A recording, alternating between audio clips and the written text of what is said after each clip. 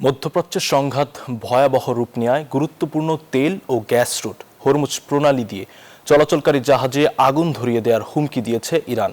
এর মধ্যে প্রণালীটি বন্ধ করার ঘোষণা দিয়েছে ইরানের বিপ্লবী গার্ড বাহিনী IRGC। যে কোনো জাহাজ অতিক্রম করার চেষ্টা করলেই চালানো হবে হামলা। সমঝোতার প্রস্তাব নাকচ করে দিয়েছে আয়াতুল্লাহ খামেনির দেশ।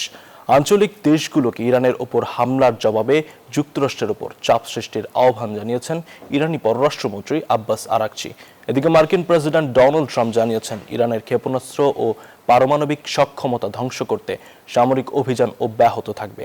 মার্কিন পররাষ্ট্রমন্ত্রী মার্কো রুবিও বলেছেন সবচেয়ে বড় হামলা এখনো বাকি। অন্যদিকে তেহরান এবং বৈরুতে বোমা হামলা অব্যাহত রেখেছে ইসরায়েলি বাহিনী।